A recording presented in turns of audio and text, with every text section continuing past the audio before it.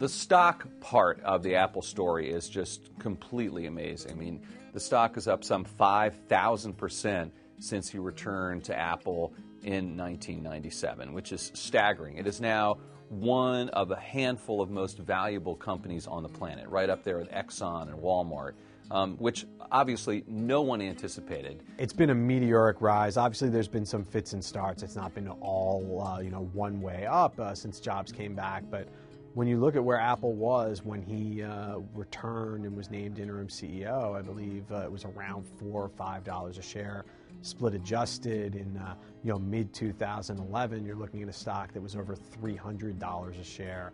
The company's market value is now second only to ExxonMobil in the United States. So to put that in perspective, the knock on Apple when Jobs was coming back was, oh, this is just a third-rate niche company. It's never going to have the market dominance in PCs that Microsoft has on the software side, that Intel has on the chip side, or that Dell or Hewlett-Packard have on the hardware side. And now Apple has a larger market value. It's worth more than all those companies I just mentioned. It's worth more even than IBM as well, which is amazing since IBM is kind of like the granddaddy of the tech sector. The question is this sustainable? I mean, historically, it's been very difficult for companies to maintain that type of valuation. And you'd have to wonder whether that can be done in a world that no longer has Steve Jobs running Apple.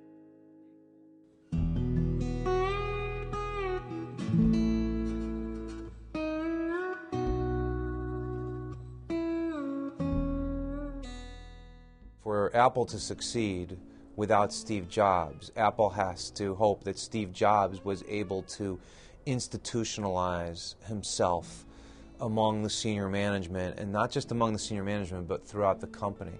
And there are reasons to be hopeful about this. The company at its lower levels has people who wanted to work at Apple their entire childhoods and are fulfilling their dream now.